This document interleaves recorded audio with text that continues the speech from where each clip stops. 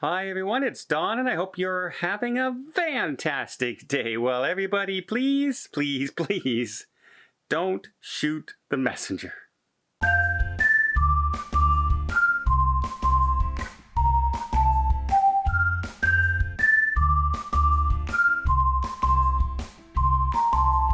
That's right, there's not a lot of good news in the cruise news lately. We have had all the ships that have been denied in port entries. We've had the outbreaks on cases where they're above 1%, and we have some sad stories in the news today. The first news story is an MSC cruise ship came back, and unfortunately, a 15-year-old boy passed away on the ship. At first, it was thought to be a man overboard situation, but it turns out that the young man fell from a balcony down to the deck below on the way back to Miami. The police have been investigating, and they say they do not suspect any foul play or anything out of the ordinary.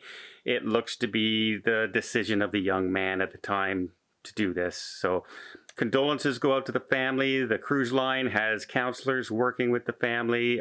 No names have been put out, and I don't put names out on the channel anyway. But deepest sympathies to this family.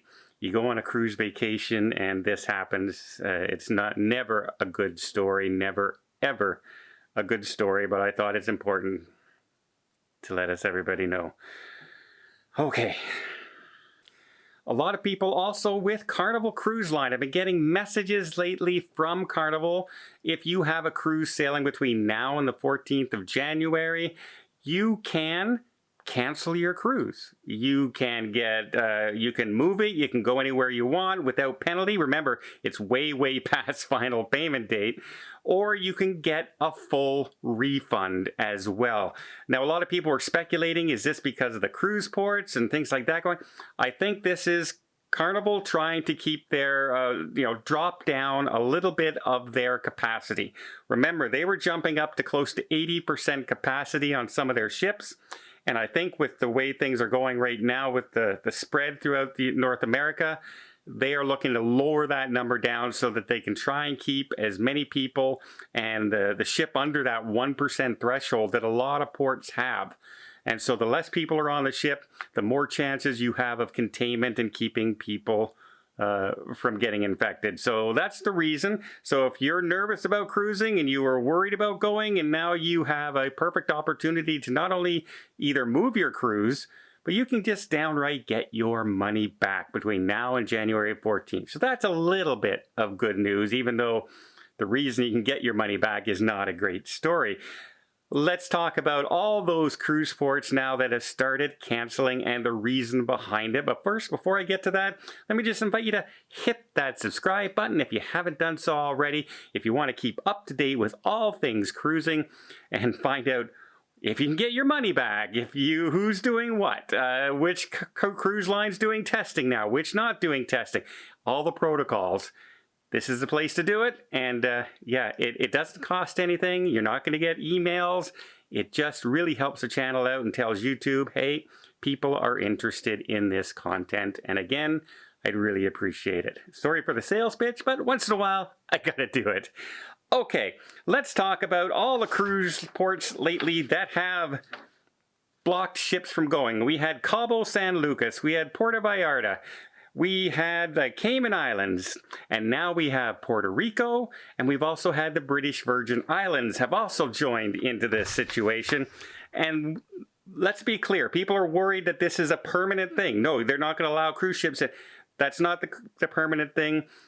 Some of the places like Puerto Rico and the Cayman Islands have changed some of their testing policies, saying that if you want to get off the ship, some say you have to be tested 24 hours before getting off the ship. Some say 48 hours before getting off the ship. And if the cruise has like 2 stops before getting there, they're just not going to go. They're going to try and find another place to do it. Some of the other ports that are of this situation have denied because there was greater than what they call the threshold that they've set. They've set a threshold of 1%. So 1,000 people, you have 10 cases, 1%. That's their threshold for going. And now you can see why the cruise lines would want to drop down their percentage of people on the cruise ship as well, because it's easier to contain, and their crew counteracts that as well. So if your crew is healthy and you have 1,000 crew members and then you bring on 1,000 passengers, that's 2,000 people, and the number is based on that. So you would need to go up to 20 to hit that 1% threshold. So that's the reason. The cruise ports are not denying people and not denying ships. They're just, how many cases do you have on board? Are you above the 1%? Okay, sorry, you can't stop in this. And that's why it's kind of a rolling situation right now. We're kind of at the mercy of what happens on your actual cruise. So yeah, let's keep that in mind. It's not a great situation right now, but at least the ports are not saying, you know what, we're closing until November. Yeah, no, let's not do that ever again. Some good signs also that this virus that's going on right now might not be as bad as we're seeing. We all know that the cases are skyrocketing, but the hospitalizations and things like that still aren't. Here in Canada, you know, I've said many times, I just double checked. 8 weeks ago, we had 20 cases, 7 people in hospital, and 2 people in ICU. Yesterday, we had 2,300 cases. We still only have 10 people in hospital and 1 in ICU. Very comparable to what it was 8 weeks ago, even though the cases have skyrocketed. And it looks like the CDC is starting to see that effect too, because they've made some changes for the isolation period. If you are now asymptomatic in the United States, you no longer have to isolate for 14 days. They've lowered that now to 5 days. So if you're asymptomatic, not showing any signs, and you've tested positive, you isolate for only 5 days now. And in the medical field, that's even less now. You don't. Some of them aren't even isolating at all if they're asymptomatic. It kind of shows you where they feel that maybe this isn't as catastrophe ridden as some places like the media are trying to make this out as being. And I have to bring this up because I saw a bunch of news stories where the news stations went out and they interviewed people getting off the ship that was turned around. And you hear this one person, oh, I don't, it's crazy. We're on a small ship and it's like sailing on a petri dish. And I almost threw my TV through the window outdoors. I'm thinking to myself, of all the things to say, that is one of the most ridiculous things to ever say. It really shows that you're not thinking things through and you don't know protocols in other places. Have you gone to Walmart lately? Have you gone grocery shopping lately? Have you gone to football games lately and basketball? But it's just like it's the media is looking for people to stir the pot. As much as they can, because I watched an interview and they interviewed one person, are saying, yeah, well, you know, it's disappointing, but you know, they're cleaning places. We didn't catch it. Things are going okay. You know, it's disappointing we missed our port and things like that. And then they take it back to the announcer and the announcer goes, yeah, well, you know what? Sailing in a petri dish. It certainly paints a picture, doesn't it? It paints a picture if you've never been on a cruise ship and you don't know what you're talking about, just like that broadcaster. She didn't know what she was talking about. Obviously has never ever stepped foot on a cruise ship. And it drives me nuts when I see places like that. Because look what's happening right now across the holiday season. What was the number one thing canceled? Your flights. Over 11,000 flights worldwide were canceled over a 2-day period because of the Omicron, missing crew members isolating, not enough planes. A whole number of factors were out there, and cruise ships kept sailing, but the planes, they were not. And a lot of people were left standing at airports trying to get to Christmas holidays with family and friends and things like that.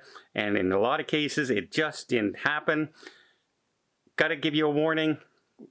Make sure you have some kind of trip interruption and trip cancellation insurance if you're spending a lot of money on flights, because you're going to have to sometimes struggle to get your money back from a lot of these places. Some of them are going to try and offer you vouchers to fly again. No, you don't have to, especially in the United States. You can take your money back, and don't let them say, oh no, we'll give you a voucher. Say, no, you canceled the flight. You didn't give me a new flight. give me my money back, and you'll work with that. But again, trip interruption insurance in these situations, in these uncertain times, is a very good idea.